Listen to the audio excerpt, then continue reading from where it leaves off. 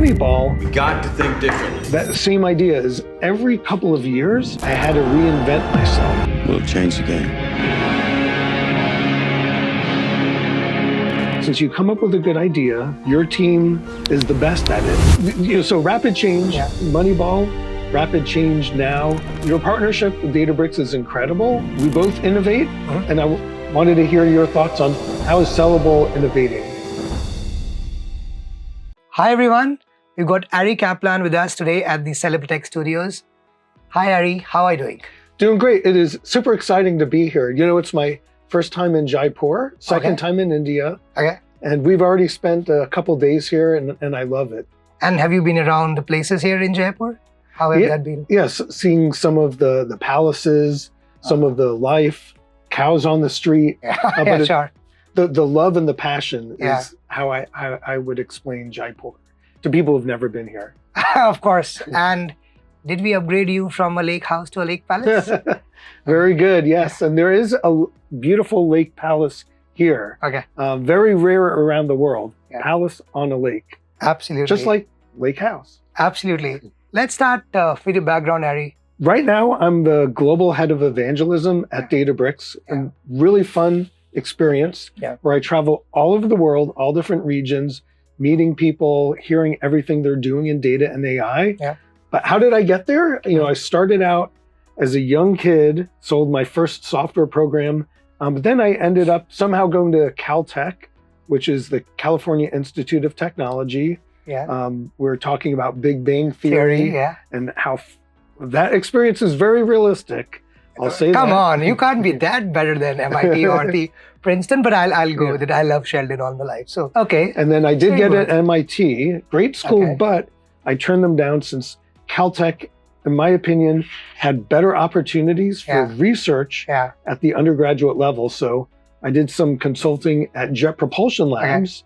One of the research that I was able to do was on baseball statistics. So I proposed a research project that Caltech approved, asked questions like, how can you better explain how a player performs?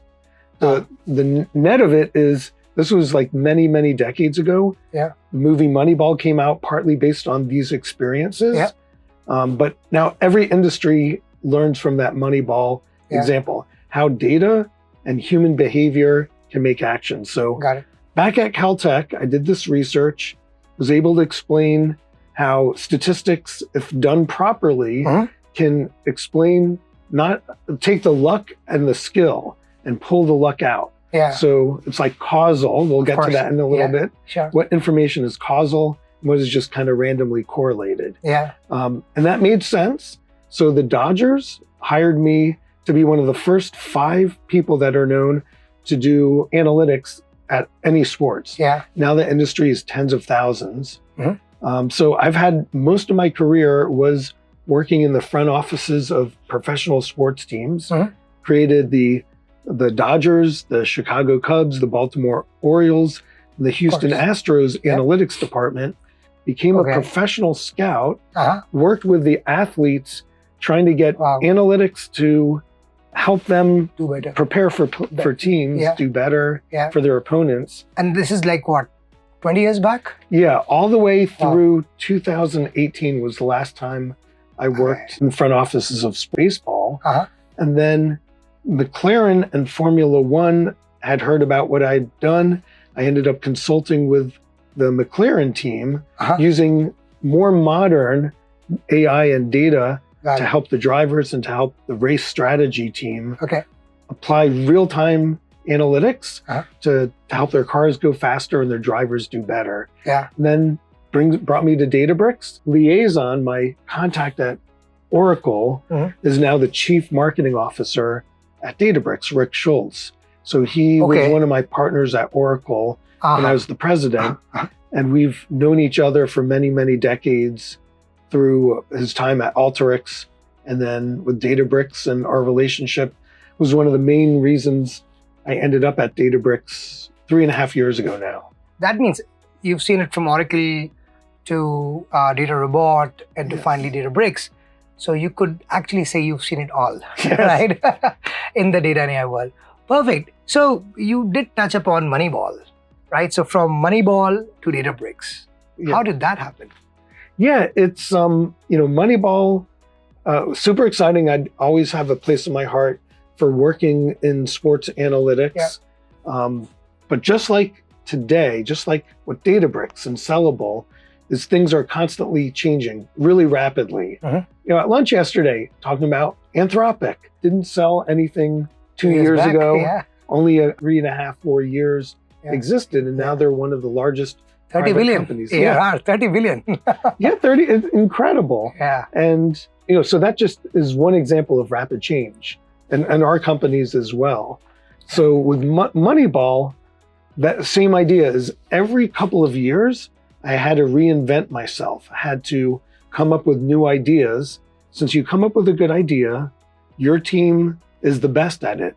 Like defensive positioning would help you win about 8 or 9 more games over the year, Wow. which is about $100 million a year. Wow. For a baseball team, that's a lot Yeah. of money. Yeah. And that 8 to 9 wins is the difference of making the playoffs or not making the playoffs.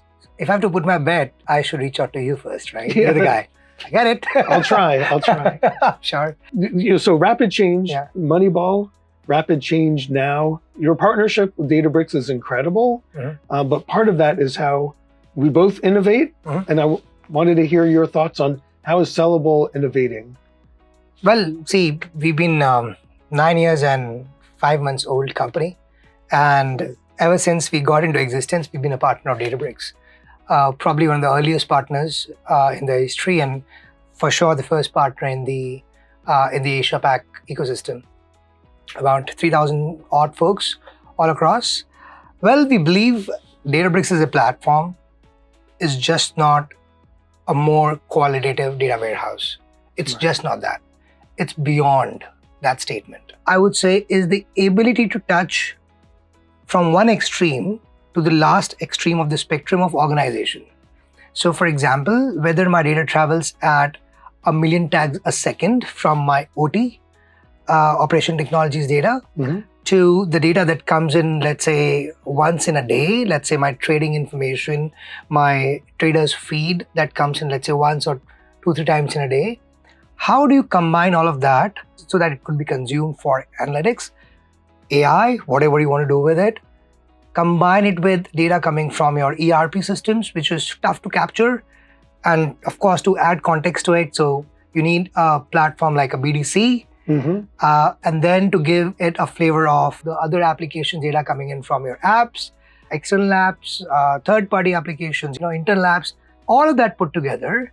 How do I create an ecosystem where I can get the knowledge out of the data that is disparate and doesn't really physically combines with the other part, the organization's data? So I would say the ability of Databricks to work at that level of extreme of the spectrum, I would say is the very difference. Now that's technically, but how does it really helps a customer, right? So we've got a customer in Southeast Asia where we are doing a crude blending job for them, where we're optimizing how we mix the crude before it's sent to the refinery for the distillation operation, before it goes to the CDU.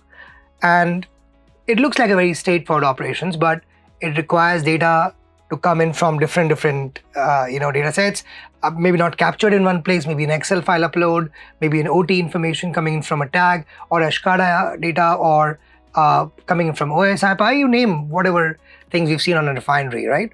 And then there are third-party logistics tanks that are carrying it, so data coming in from those tanks in the real time. Now, how do I mix them, the ratio in which I mix them so that my throughput and my yield in my CDU is of the value and the quantity that I need?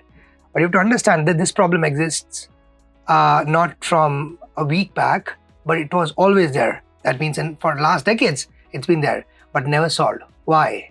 Because there isn't a platform till date that can look at this kind of diversity of data at different volumes, and the volumes could be 5 to 10 terabytes a day, and moving at a pace that it has never moved to cloud. And then bringing in domain intelligence on top of that, using an ontology platform on top of the Lakehouse so that the consumers or business users can use it. That's not easy, right? And that's what exactly Databricks offers. With this Lakehouse platform, with the Databricks apps, the lake-based architecture, and now the Ontos and the ontology platform. I know Onto is still in very initial stages, but we've been able to build ontology on top of that. So what that does is it actually helps consumer use this as a business tool and not just a technical, mighty beast, which it is. But the fact is, it can the very fact that it can be used by a business person is the differentiation, I would say. And now they're not just looking at their mix every 5 or 10 minutes. They're doing it the moment they need a change. So it's time asynchronized. It could be every second. It could be every 10 seconds. It could be every 1 minute, whatever frequency they want it to be, because the physical realities are different than the theoretical world.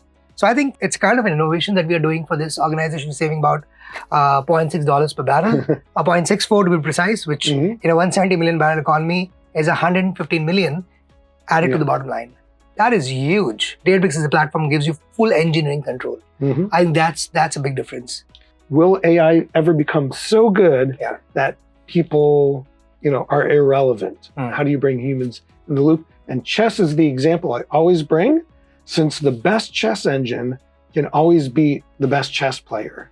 Gukesh, Magnus. Yeah, absolutely. But that doesn't mean chess is dead and humans shouldn't play it anymore. Since computers are now better. Chess is now more popular than ever. Chess.com has millions of players. It's like a free online app. Every day, million, and it increased more than ever. Since people like that human element. But do you think, I'm pretty sure AI can beat any player now. Any player easily. Right, easily. No chance a human. So I want to actually hear your thoughts on like talking to CXO people. Yeah, I think, for a CXO, it doesn't matter where have you processed the data, how have you processed the data. It needs to answer the questions that they have. And sometimes those questions are not bounded. You don't know what the CXO is going to ask. For example, we went to this large conglomerate in the country, and they had a question on their retail stores. So they have got like 15,000 retail stores, and they're looking at replenishment of about 25,000 SKUs that they can put in. So they're looking at replenishment at each store level and assortment, all these 15,000 stores on a daily basis for about 15 to 20,000 SKUs. Incredible. And they would just want to say, okay, give me my top 10 stores where I'm able to sell X and Y together. Now that's not a question you could just answer through a report, because you don't have a report. Right. So what do you do with it? You let Genie answer that question. And if they can answer that question on the fly, the problem is today, they ask this question and the analyst would go and ask and get the data and come back to them. It takes about a day or two, whatever. They lose the chain of thoughts. Right. The CXOs, the value they bring into an organization is nothing else but strategy. So when they think of that question, what is going in the mind, if they can get that answer, they connect that chain of thoughts and they go to the next question. And exactly that's how the organization leverages the most out of them, right? By giving them the answers to the question in the real time. The moment I answer this question, now I have further more questions. Okay, are there any other products where I've sold these, but my replenishment has gone down, or I've lost sales because my inventory was low at that store? Now that's the next jump of questions. Why do we jump from one question to other? Because that's how your mind works. So Databricks actually helps, I would say, CXO the most, because it gives that CXO the power to ask questions beyond what's there in the reports. If not today, next 2 to 3 years, organizations will stop using canonical reports for operational research and all that, operational purposes, compliances, all of that. They will probably use the same canonical reports they've been using. But for analytical thinking and decision making, they will stop using reports. They'll go and ask questions. Yes. That's the future where we're going. And Genie is, I would say, the leading platform for that on the planet. Like easily. Yeah, right? It's super exciting. I've never seen the reaction from the industry of executives wanting it. They can ask their own questions, and then both their IT staff and their data staff, but then their business people are making sure the ontology is correct and making sure the answers are correct. But on that retail example, one customer I introduced was Nielsen, and they brought up, Nielsen is a big marketing analytics company. Side note, I used to be employed by them. I was like their VP of marketing analytics for the mid-third of America. Oh. So Nielsen came on to talk about everything they're doing, similar to what you said, using Genie, and coincidentally, Celebal Technology, they put it up there. I'm not just saying this since we're talking on a podcast and I happen to be there, but they were the main feature of Genie, and it's incredible the power that it has and the simplicity. And Causal X, I got to see that for the first time yesterday. Super impressed, but I want to hear your words all about it. Yeah, so Causal X has been something we're working on for last 2.5 years now. 10 to 20 of us, working day in and day out, get to the last end of that platform building exercise. We realized customers are not just going to stop at asking descriptive questions. Okay, what was my revenue from these stores? Or let's say, what was my revenue of this? What is the margin of my refinery for the last 2 years? And what is it going to be, let's say, next year? Very specific, descriptive, and a predictive question. That's not sufficient. I want to go beyond that. What caused my margin to drop from 10% to 8% across these 3 oil and gas products in the last 6 months? Now that's a question that requires a bit of more probing than just aggregating data and coming out with the answer, or a slicing and dicing of data and coming out with an answer. You need an agent that could actually do the slicing and dicing. That's the Genie agent. So multiple Genie queries needs to be fired to see what are those data points. And then there are causal agents that will aggregate that data or look at that data, try to see whether there's a correlation, aggregate some data sets, then correlate it with something else, and then apply some domain physics-based practices or chemistry-informed models. Let's say reformate is not giving you that kind of RON. It's supposed to be 102, but it's 101 or 100 or 99, whatever. So even chemistry-informed models, it would apply, and then it would come up with an answer using the business ontology, the business semantics that sits on top of it, and the causal layer. Underneath is the Lakehouse platform on which we are firing the Genie queries. So you see, there is a stacking of the layer where the information is flowing from one to other, is getting transformed both from a tech perspective, then into a business perspective, and then the causality. And then we're extracting the causality out of it. That's what this platform does. So it's built on Databricks. It uses Genie left, right, center. It uses an ontology. So there is an ontology framework. So we built a model, let's say, for refinery. And then once these models were built, the consumer could ask questions like, what is going to be my demand for diesel tomorrow? The problem is, you go and ask any of these corporate offices guy for oil and gas, and you ask them, what is the biggest problem? I'll tell you what they'll say. My demand and my outcomes, they never match. I say there'll be demand of diesel going up by 5% next week. Most probably, they might just get a demand that shrinks by 5%. So there's overproduction. So what they do is, they go in the market and open up a tender to sell diesel at a cheaper cost, because all the petrol pumps are full. The petrol pumps cannot go beyond capacity, because the owners of the petrol pump, they don't want to keep it full all the time, and there's a cost, there's damages they have to pay. So effectively, sometimes they have to switch off the knob for refinery. The moment you do that, you add 2 digits in your losses in millions, because that's something that that goes into a balance sheet immediately, and it happens quite frequently. Our focus was to ensure that could we reduce that by, let's say, 10%. You do that, there's a huge save. You do it for these guys, and that too very regularly. So you asked me, what is Causal X? Causal X is the platform to ask for causal questions. It has agents built in, very specific domain agents built in for that industry on top of the agent bricks. It has Genie as the platform to ask questions, which it internally fires. So agent asks those questions, it frames those questions using the ontology layer. So what is AI for industry? So I would say the AI can only run for industry when it has the context. So it is AI plus the context.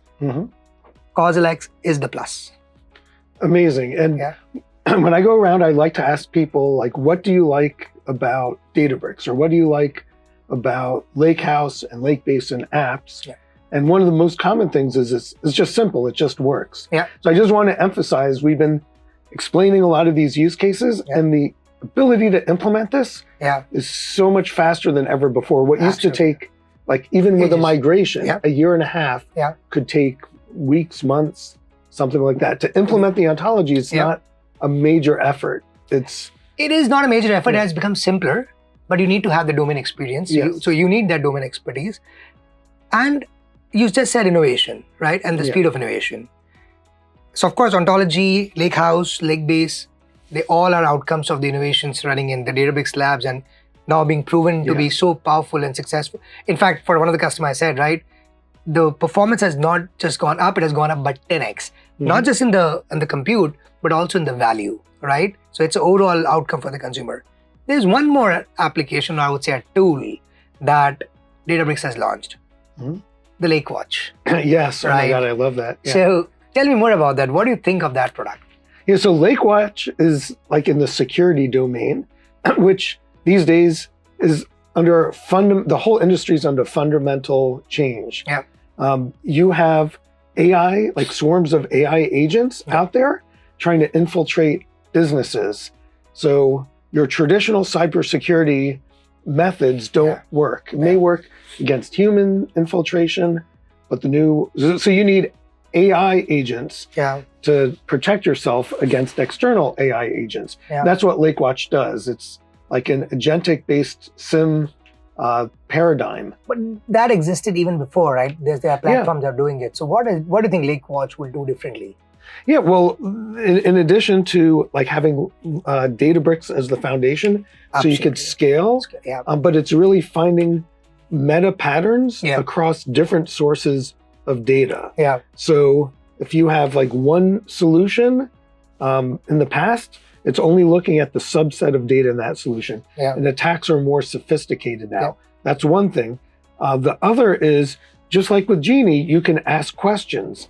Where are threats coming from? Where are there differences? Are there concentrations of IP addresses? Are there different locations? And things like that. All right, we were talking Caltech, MIT, but I also love hearing IIT, one of the best educations in the world.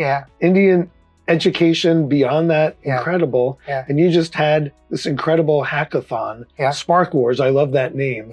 17,000 people. I want to hear more about that. Yeah, the first thing is the IITs are, of course, the pride of the nation. It's the most, I would say, it is actually the institute of national importance, right? I couldn't make it to the IITs, but my partner did. So, so of course, we do have IIT legacy in this company also. But we did this Spark Wars, and a lot of folks from multiple IITs, in fact, the other colleges like NITs, and even some of the regular engineering colleges, they all participated. 17,000 people actually, not just applied, but actually participated. And we had 4 rounds where we had, first was pure coding and solving a problem. And then second round was even solving a tougher problem.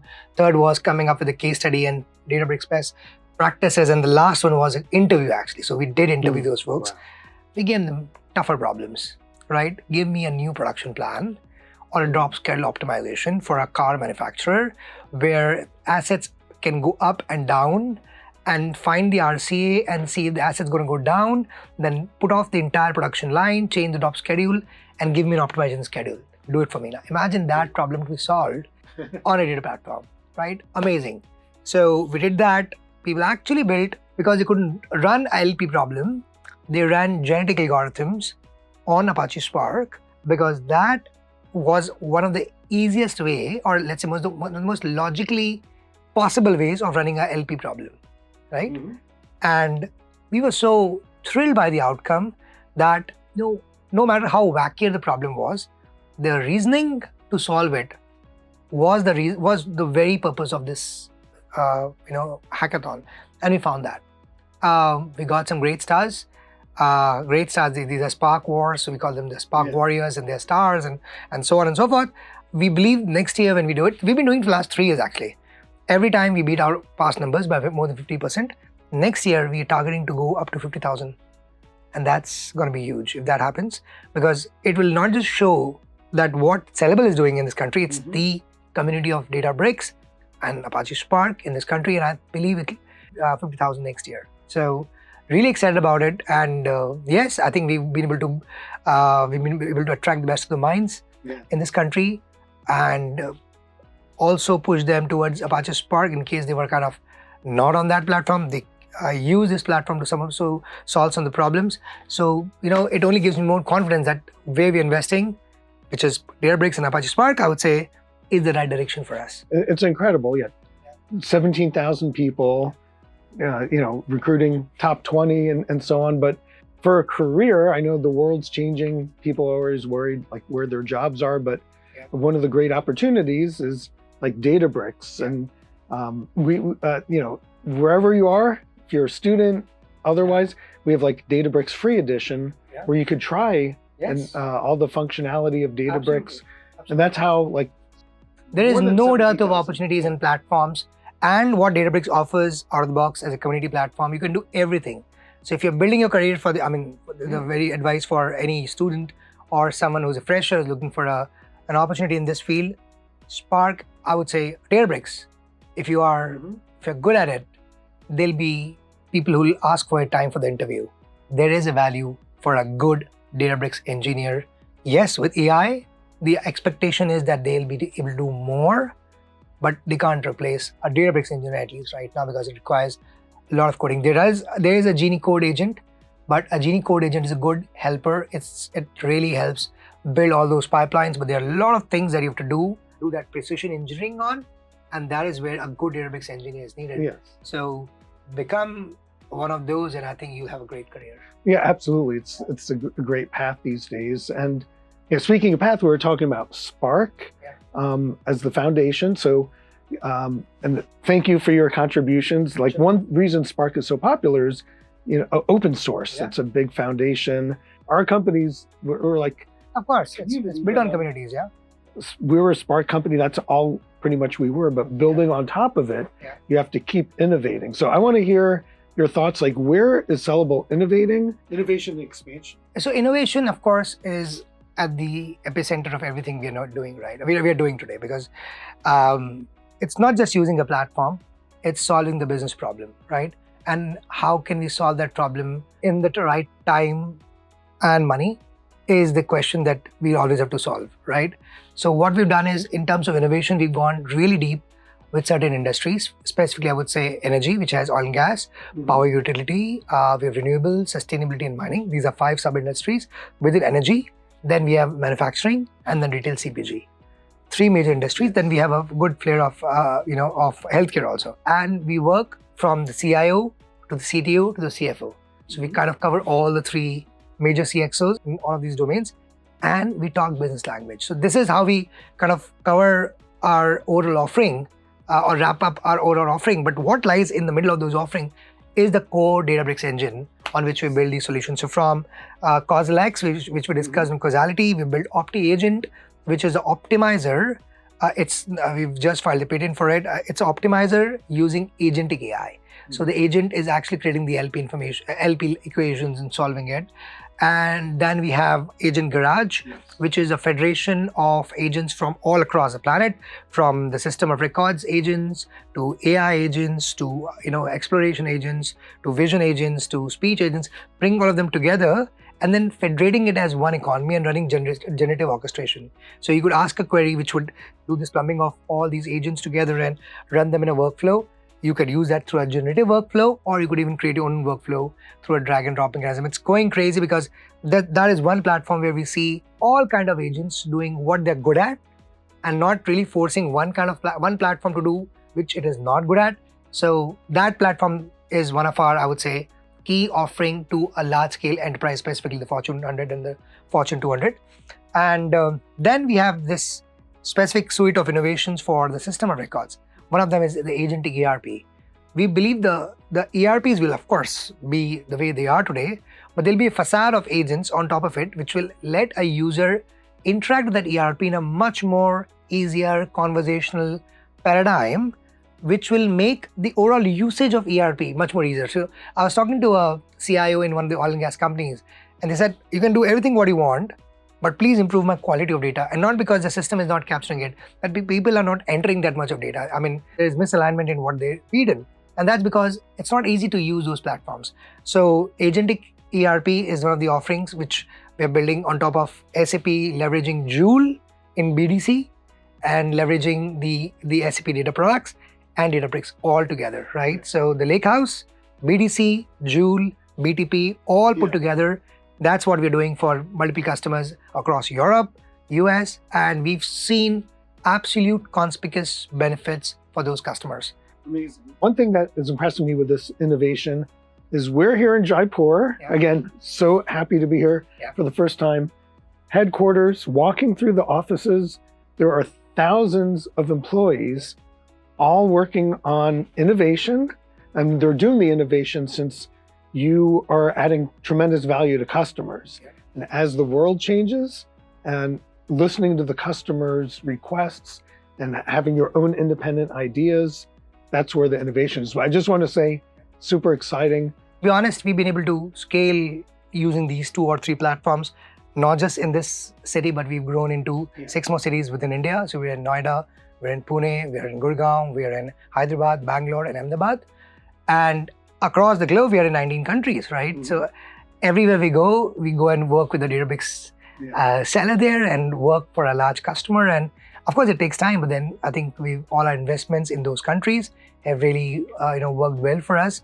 We are serving customers from Colombia to Japan. Mm-hmm. So we cover the entire diagonal of this globe, and of course we work from customers in Alaska to Australia. So it's like both the diagonals we're kind of covering end to end, and it's primarily because of Databricks and I would say ecosystem help, which Databricks has for the partners, is incredible. So can't thank it enough. And one of the ways in which we connect is DIAS, right? Yes. So the most celebrated AI summits on the planet, not just in numbers. Numbers, of course, we have numbers that Databricks is able to attract as huge, but the way people get involved in the summit, both online and in person, is incredible. So what are your thoughts on DIAS? And there is something special I'm going to ask after that, but why don't you first finish your thought on that? Sure. So one fun thing of DIAS is going there in person is incredible. You have all the keynotes, you have hundreds of mostly customer-based sessions on their use cases.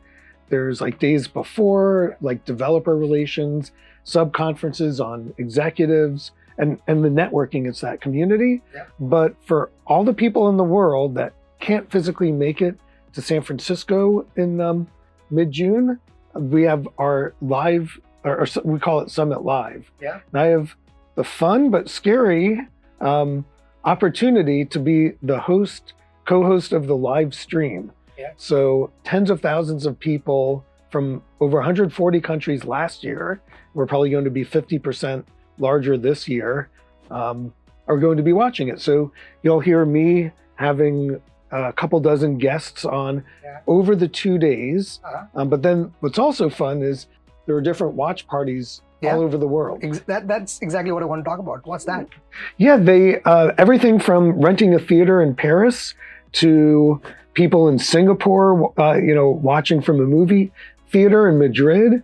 And then Celebal, I hear, we're going to have 1,500, 2,500 people watching it. Different offices. All 6 offices here. And I think the rest of the folks who are there in the US, they'll of course join in person, but 2,500 folks are watching it from here. So I want you to send some photographs of it, and I'll put it up on the live stream saying from Celebal in these offices. And everyone else watching, send in your pictures as well. But no, it's an incredible opportunity. It's honestly more practitioner based. So it's a great way to learn about all of the different components, but also hear from customers on how they implemented it. And again, how easy, everything we said, incredible value, but it's easier now than ever to do these migrations, implementations, new use cases, innovations. So that summit, June 15 to 18.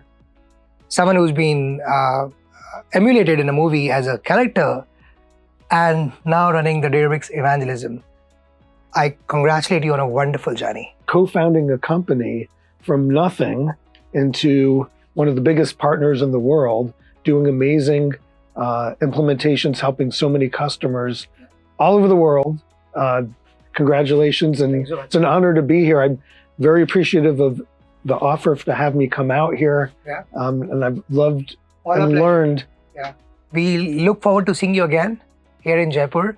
It's the place where a lot of Databricks guys come in, but it's not just because of Celebal Tech. This city is a house to hundreds of palaces, not just one. Really big, small, popular, non-popular. But then if you come here, if you are a history lover, you'll always find things to spend your time on. So thank you so much again. I hope to see you soon again. Thank you so much.